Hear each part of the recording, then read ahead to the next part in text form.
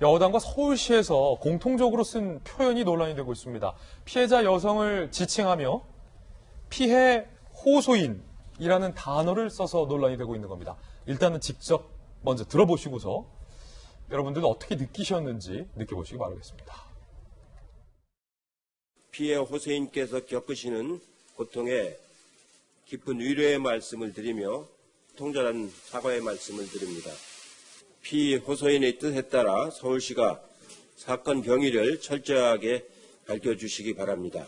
또한 피해 호소인에 대한 근거 없는 비난을 멈추고 서울시는 여성단체 기자회견을 통해 피해를 호소한 직원의 고통과 아픔에 공감하며 심심한 위로를 전합니다.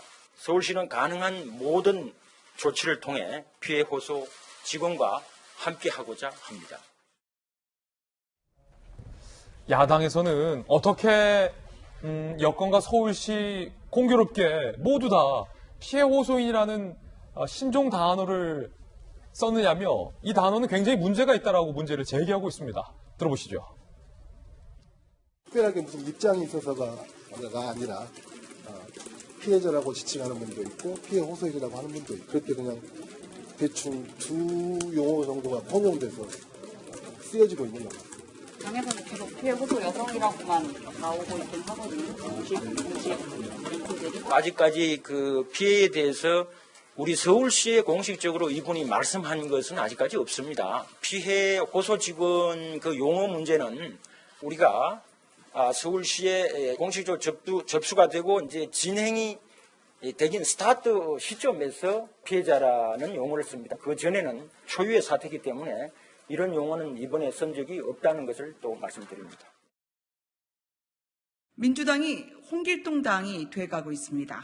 피해자를 피해자라고 부르고 싶지 않아서 집단 창작을 시작했습니다. 피해 호소인, 이 말은 의혹을 인정하지 않겠다는 민주당의 우아한 2차 가해입니다. 어처구니가 없습니다. 피해자가 아닌 피해 호소 직원이라고 부르는 것 자체만으로도 위력일 수 있음을 서울시가 인지하지 못하는 것인지, 한편 더불어민주당 역시 피해 호소 직원이라는 표현에 대한 정정을 바랍니다. 문제 제기와 이에 대한 해명까지 들어보셨는데 정혁진 변호사님 어떠세요? 제가 반백년 넘게 살아왔는데요. 예. 살다 피해 호소인이라는 말은 처음 들어봤어요. 피고란 말이 있고 피고인이란 말이 있는데 제가 봤을 때 똑같은 말인데 피고는 민사소송에 쓰이는 말이고 피고인은 형사소송에 쓰이는 말이거든요. 그 말 틀린 것만 가지고도 사실은 법조인들은 굉장히 그 부분에 대해서 민감하게 생각을 갖다가 하는데 정말로 법에 나와 있지도 않고 일반적으로 사용되지도 않는 저런 말을 갖다 쓴다고 하는 것은 정말로 문제가 되는 거고요. 예. 그다음에 우리나라 법에 어떤 법이 있냐면 범죄 피해자 보호법이 있어요.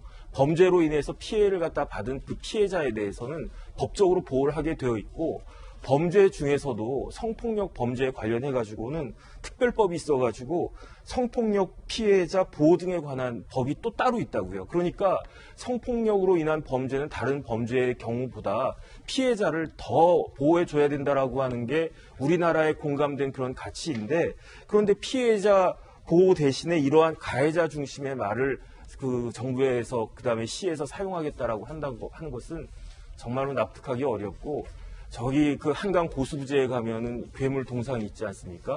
그러한 괴물이라고 하는 거는 그냥 눈에 보이는 물체뿐만 아니로 언어로도 만들어질 수 있구나. 정말로 괴물 같은 그런 조작어구나라는 생각이 저는 사실 들었어요. 예. 정혁진 변호사님의 개인 견해라는 말씀 드리고요. 한 가지 궁금한 것은 박정화 대변인, 이게 상당히 이례적인 용어라는 것은 서울시의 백브리핑 과정에서도 스스로 나오고 있는데 민주당과 서울시에서 굉장히 이례적인 단어를 동시에 썼다는 것도 사실은 이례적인 상황이라는 지적이 오늘 조간신문에 많아요. 재밌어요. 이거 어떻게 그런 지금 정 변호사 말씀 주신 것처럼 처음 듣는 저런 용어를 같이 동시에 쓰게 됐는지. 그래서 아마 뭐 지난주부터 저희가 또 약간 논란이 있었습니다만은 그 박원순 시장 관련한 것을 뭐 누가 여가 그랬냐 야가 그랬냐 뭐 정쟁화한다 서로 하지 말자 뭐 이런 논란이 있습니다만은 제가 볼 때는 이것도 저의 뭐 개인적인 추측입니다만은 지난주 사건이 일어나면서부터 지금까지 어디선가 초기에는 뭐 당황을 했겠습니다만 어디선가 전체 문제 그림을 그려가고 있는 어딘가가 있지 않나. 그에 맞춰서 거기서 피해 호소인이라는 초유의 단어가 만들어지지 않았나. 그리고 이에 맞춰서 지금 뭐 대표의 사과, 서울시의 진상조사 이런 그림들이 그려지고 있는 것 아닌가라는 생각에 오히려 더 이걸 여권에서 정쟁화 만들고 어느 한쪽으로 몰아가고 있구나라는 생각이 듭니다. 그러니까 오죽하면 진중권 교수 같은 경우는 이 피해 호소인이라는 단어를 만든 그 어떤 XX 좀 찾아내자라는 얘기를 하겠어요.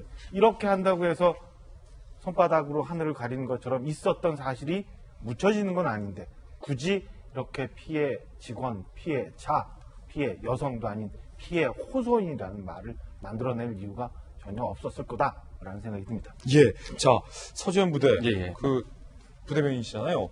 안희정 전 충남지사 사건 때와 오거돈 전 부산시장 미투 사건 때는 사건 초기부터 피해자란 용어를 썼던 걸로 알고 있는데 이번 건에서는 피해 호소인이라는 단어가 나온 이유가 있습니까?